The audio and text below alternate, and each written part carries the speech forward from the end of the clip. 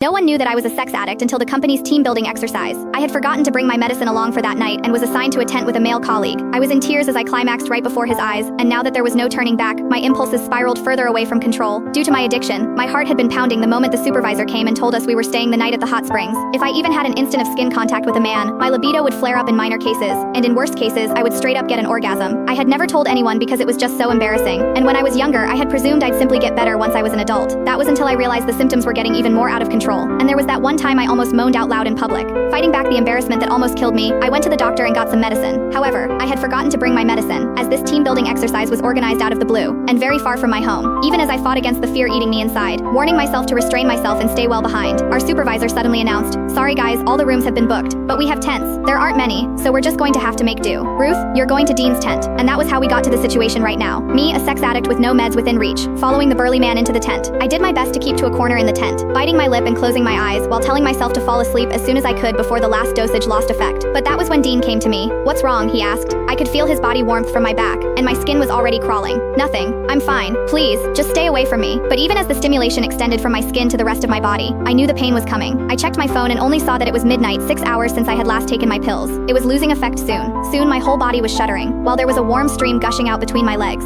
I kept my head buried between my legs and did my best not to look at Dean. People would mock me for being a skank if they noticed my condition, and I couldn't bear to stay in the company at that point. Meanwhile, Miles Hendricks, the other colleague in the tent, was already snoring out loud. I kept clenching my knuckles, my own nails digging into my palm. The pain calmed me somewhat, and I told Dean, "Sorry, I'm not distancing myself. I'm just not feeling well." Never could I have expected Dean to move toward me without another word, reaching out with his large warm palm and pressing it over my forehead. Even as he held his palm steady, I found myself staring at his chest and nothing else. I could also see that distinct collarbone and chiseled chest under his shirt. I seemed to tighten at the very next second, and orgasmed amid my embarrassment, and the ensuing moan could barely be stifled. Worst of all, I was trembling even worse after I orgasmed, and Dean could clearly feel me shaking. "That's strange. Why are you so flushed? You don't even have a fever," he murmured, not giving up feeling my forehead and cheeks just then. I trembled even more and turned my face away, but it was the back of the tent right behind me. Having nowhere else to go, I clenched my jaw so I wouldn't moan again, even as I decided I couldn't stay in this sealed room when all I could smell was Dean. He wasn't a smoker, so his faint soapy and hormonal scent was especially recognizable. I could feel all the pores around my opening, as the orgasm left me painfully sensitive to everything. In the heat of the moment, I pushed Dean away and sent him stumbling backward, while I scrambled to crawl out of my tent, not caring that my skirt was short, exposing my wet panties right in front of his eyes. He promptly turned away to stop himself from staring, but he was no brat either. Seemingly struck with a thought, he followed me, even as I lost control over my body. The fire in my loins was ablaze, and I had never felt libido this violent. All I could think about was Dean's collarbone under his white shirt, his Adam's apple, his healthy-hued skin, and even his warm palm. At that point, I had barely made a few more steps before I dropped to my knees, my sex drive overwhelming me to the point I couldn't feel my knees painfully hitting the ground. Dean promptly chased me down, trying to keep me on my feet while asking, "What's wrong?" I somehow had this feeling that if anyone else had fallen sick and dropped on his knees, he wouldn't hesitate to help them. He was usually quiet back at the office,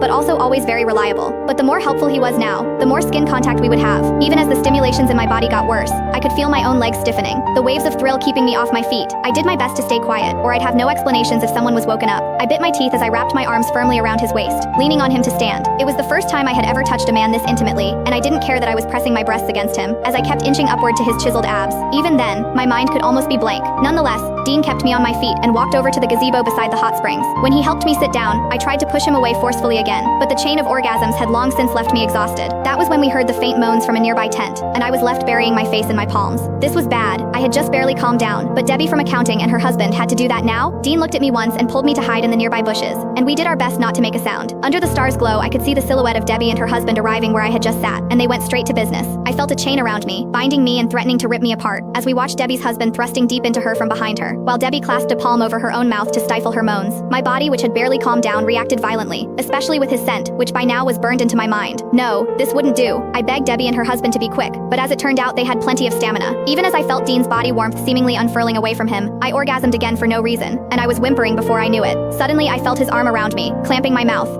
I gasped as he almost pulled me into his arms. His heartbeat and his pectoral muscles were all igniting my libido. "Shush," he hissed to keep me quiet nonetheless. Even as I nodded feebly, I started trembling in his arms. He could see my distracted gaze under the moonlight, and remembering my wet panties that he had glimpsed earlier, he soon understood. I tried to free myself from his arms, but I also had to restrain myself in case Debbie and her husband noticed. And while I did, I orgasmed repeatedly, the stimulation almost making me pass out. There was no telling how long had passed when Debbie and her husband from finance were finally satisfied and returned to their tent. Dean lifted his palm off my mouth too, and I was gasping for air as he did. But while I should have distanced myself, he was suddenly all I could think about. I was reluctant and powerless to leave him. "Ruth Singer, are you wet?" I leaped away from his embrace when I heard that, only to inadvertently brush against the bulge between his legs. I didn't even need to feel it to notice that astonishing girth. Flustered, I denied it nonetheless.